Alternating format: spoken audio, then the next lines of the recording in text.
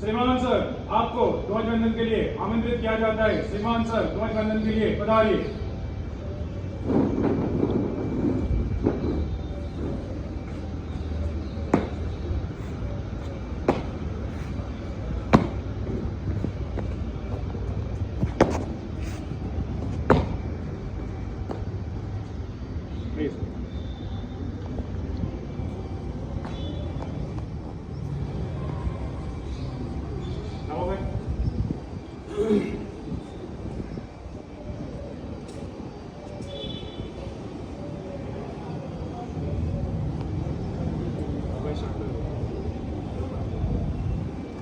सलामी ऑन दो, जैसे थे। एक साथ झंडा गीत शुरू करेंगे। झंडा गीत शुरू कर। विजय विश्व तिरंगा प्यारा, झंडा ऊंचा रहे हमारा, झंडा ऊंचा रहे हमारा, सदा शक्ति बरसाने वाला, प्रेम सुधा बरसाने वाला, वीरों को हर्षाने वाला, मातृभूमि का तन मन सारा, झंडा ऊंचा रहे हमारा।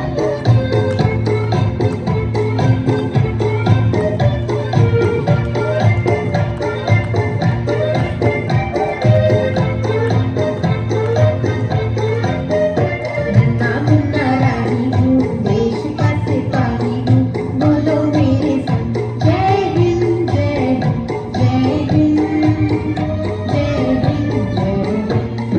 नन्ना मुन्ना रानी हूँ, देश का सिपाही हूँ, बोलो मेरे संग जय हिंद जय हिंद जय हिंद जय हिंद जय हिंद।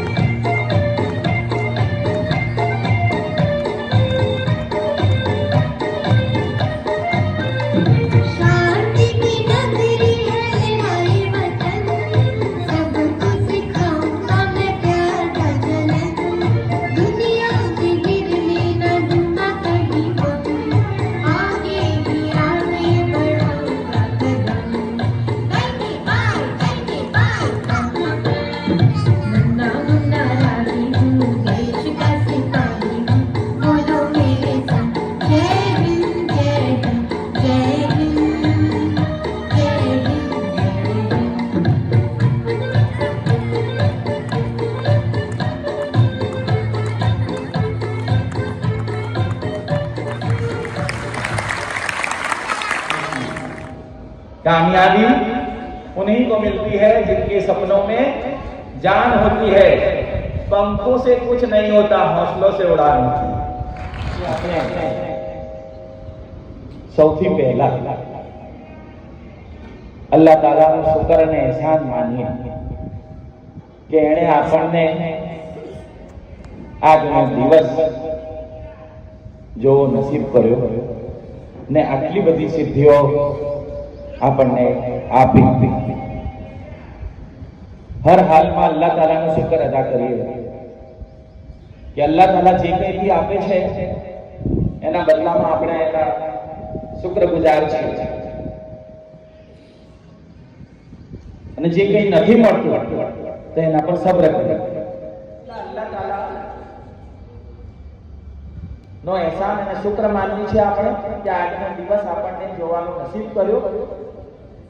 અલ્લાહ તાલા મારી સંસ્થા ઉત્તર પ્રગતિ કરે, મારી સંસ્થા રાજ્ય અને દેશ કક્ષાએ નામ રોશન કરે, મારી શાળાના બાળકો અને શિક્ષકો અલ્લાહ પાક એમને ખૂબ તરક્કી આપે અને આ સંસ્થાને બનાવવામાં જે મરહૂમીને ભાગ લીધો છે બધા જ મરહૂમીની અલ્લાહ મગફિરત કરે અને એમને જન્નતુલ ફિરદૌસમાં આલા મકામ આપે। આજે આપણે બધા તમે બધા દેશના ભાવિ છો, તમે ભણવામાં સારી મહેનત કરો, સારું સ્થાન હાંસલ કરો અને દેશના વિકાસમાં તમે સહભાગી બનો એવી અમારી સૌની દુઆ છે। મેનેજમેન્ટના સભ્યો અને આચાર્યશ્રી, સુપરવાઇઝરશ્રી, સ્ટાફ માટે પણ અમારી દિલથી દુઆ છે। અલ્લાહ બધાને કામયાબી અને તરક્કી આપે। અલ્લાહ પાક અમારાથી કોઈ જાણે કોઈ મનદુખ થયું હોય તો માફ કરે। આજના કાર્યક્રમ પર આપ સૌએ મને સાંભળ્યું એ બદલ હું આપનો આભારી છું। અસ્સલામુ અલૈકુમ વરહમતુલ્લાહિ વબરકાતુહુ। તમને કહું છું કે કોઈ પણ દેશ વિકસિત ત્યારે થાય જ્યારે ત્યાંના નાગરિકોની અંદર ખૂબ જ સારી સિવિક સેન્સ હોય। સિવિક સેન્સનો મતલબ થાય છે કે દેશના એક સારા નાગરિક બનવાની જે ભાવના હોય છે તે। નાનો અને બહુ સરસ એક્ઝામ્પલ તમને આપવા માંગુ છું। મને ક્રિકેટ જોવાનો રમવાનો બહુ શોખ છે। 2 દિવસ પહેલા ઓસ્ટ્રેલિયાની જેમ આપણી આઈપીએલ લીગ ચાલતી હોય છે, તમને બધાને ખબર જ હશે આઈપીએલ ઇન્ડિયાની જે લીગ છે તે, એમ ઓસ્ટ્રેલિયાની અત્યારે બિગ બેશ લીગ ચાલે છે। એ બિગ બેશ લીગની અંદર એ લોકોએ એક નિયમ બનાવ્યો છે કે પહેલી ઓવરમાં કોઈ પણ બેટ્સમેન સિક્સર મારશે અને એ બોલ જે પણ પ્રેક્ષક પાસે, જે મેચમાં જોવા માટે આવેલા દર્શકો છે એમની પાસે, જેની પણ પાસે જશે તો એ બોલ એ દર્શકનો થઈ જશે। તો એક મેચ ચાલતી હતી, પહેલી ઓવરમાં એક બેટ્સમેને સિક્સર ફટકારી અને બોલ પકડ્યો પ્રેક્ષકમાંથી એક છોકરાએ, સીધો જ એણે કેચ પકડ્યો। બધું લાઈવ ટેલિકાસ્ટ હોય છે એટલે બધું લાઈવ રેકોર્ડ થયું છે।